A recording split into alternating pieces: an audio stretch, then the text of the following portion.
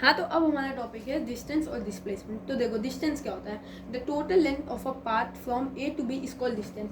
जो total length होती है पाथ की, उसी को हम ए से बी तक का, उसी को हम लोग डिस्टेंस बोलते हैं। मान लो ये ए पॉइंट है और ये हमारा बी पॉइंट है, ये जो है ये इसकी रास्ता है, ठीक है, ऐसे घूम के ऐसे। तो अब मान लो रोहन है, रोहन यहाँ अपने स्कूल से निकला, तो वो पूरी ये और ये पूरी रास्ता कवर करके जब अपने घर पहुँचेगा, एक्चुअल जो पाथ कवर होगा, इसी को हम लोग बोलते हैं डिस्टेंस, ठीक है। अब डिस्प्लेसमेंट क्या होता है, the shortest distance from the initial to the final position of a body.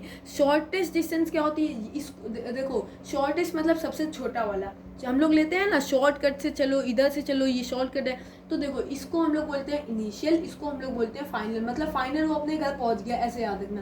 तो यहाँ से यहाँ वाली जो डिस्टेंस होगी, इसी को हम लोग बोलते हैं डिस्प्लेसमेंट। अब रोहन यहाँ से जाएगा, अब उसको बहुत जल्दी घर पे पहुँचना है, तो वो यहाँ वाली रास्ता लेगा। अब घूम फिर के जाना है, तो यहाँ वाली जो घूम फिरने वाली है, मतलब जो एक्चुअल है, उसको हम लोग डिस्टेंस बोलेंगे, और जो शॉर्टेस्ट होती है उसको हम लोग डिस्प्लेसमेंट बोलेंगे।